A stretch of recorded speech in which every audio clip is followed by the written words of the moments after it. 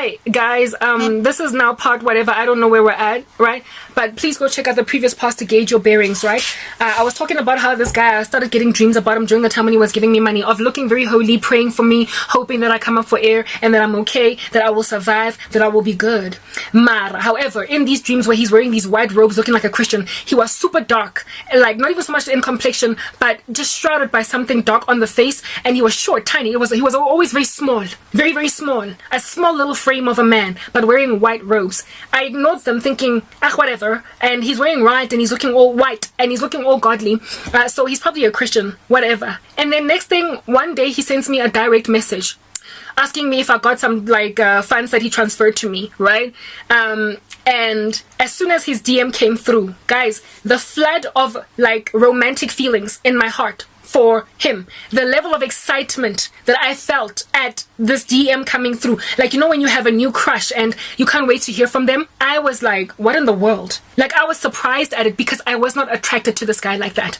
I had been in his page, looked at him, looked at his general life and and I was like, whatever, he's just a man.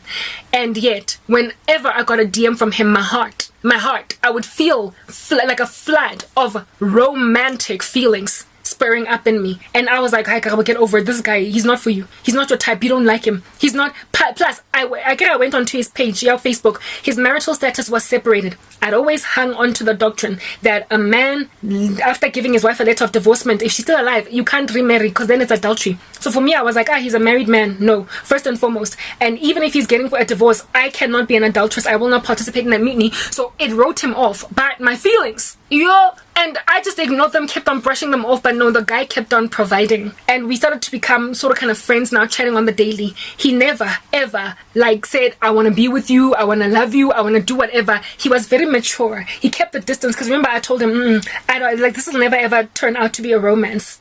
Until one day I woke up and I had such strong feelings for this guy, that I was like, I mean, for crying out loud, out of honor, it would be just a travesty for me to let such a loving, providing man go. And if at all he has feelings for me, then I guess, that's how the Lord has orchestrated this thing for us.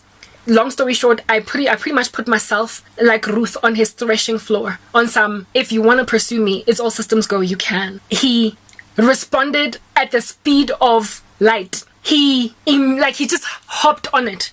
I'm not even going to explain how that threshing floor moment happened, because like I've been speaking for like ever and a day. You'd have to go to my previous videos to get the story, the testimony of this guy, right?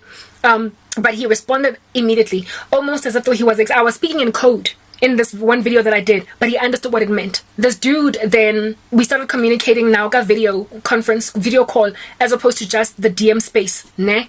Because now he was pursuing me, going hard. And he proposed to me within like a day or 2 or 3 already. Like, he proposed marriage to me on some, I want you to be my wife. He vomited every last one of his like track record, his rap sheet, was not scared to tell me anything taboo about him, like he'd been to prison or whatever. And on top of that, know and understand that this guy was defensive.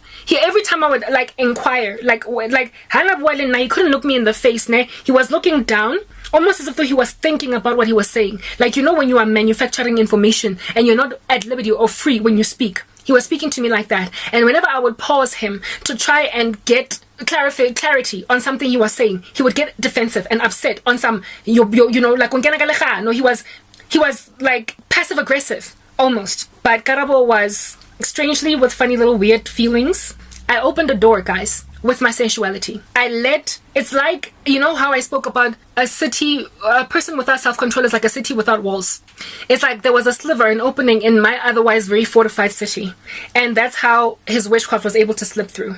He was able to successfully slap me with a love curse, where feelings were put in my heart that weren't real, for him, because of that compromise. Mind you, I not only had feelings for this guy that were romantic, but I was extremely sexually drawn to him. That's the thing. The devil cannot give love. He can only mimic it by creating a whole bunch of lust. So all I wanted to do was jump this guy's bones, and I thought that was love. I was incredibly sexually attracted to him, and I was incredibly tempted unto masturbation because of this guy. I even did a video where I confessed that there was a time when I capitulated to masturbation when I was with this guy.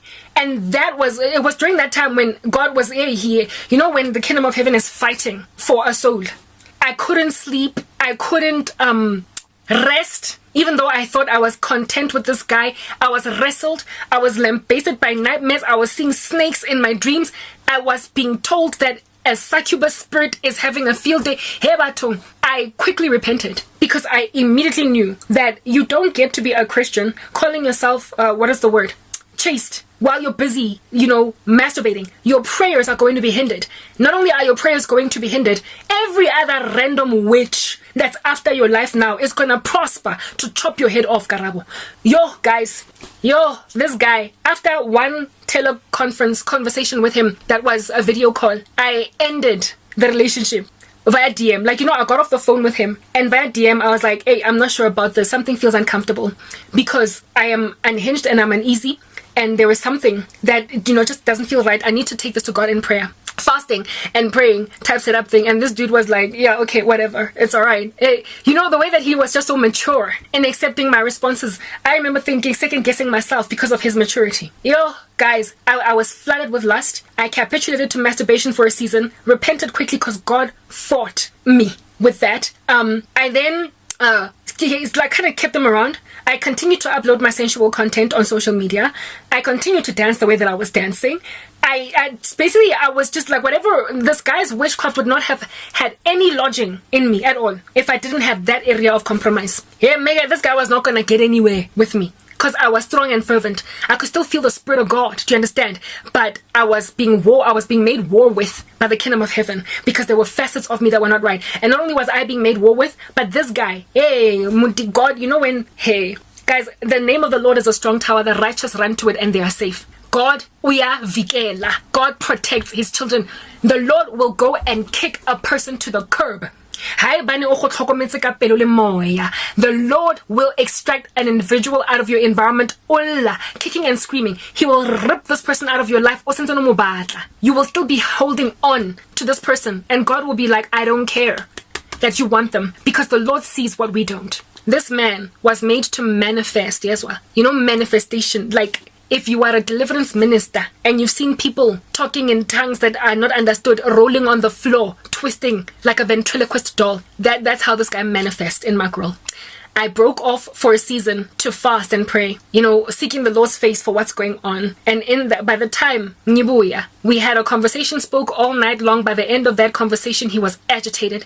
He was angry. He was telling me to bugger, not so much to bugger off, Mara. He was speaking to me in an obviously very hostile way, and I couldn't understand. He got aggressive with me. He got aggressive, and basically something that I waiting, even if I was lulled to sleep by his demons, I won't take that kind of disrespect. Like that, I'm not taking in my stride. He got abusive, and I remember thinking, maybe it's people separating us. They're jealous. Hey, because I even changed my Facebook status update to engaged, for crying out, not status, but relationship status to engaged. And I was like, maybe they're separating us. I tried to tell him to pray it off. This is demonic attack. Hey, Batung, this person he ghosted me. Next part.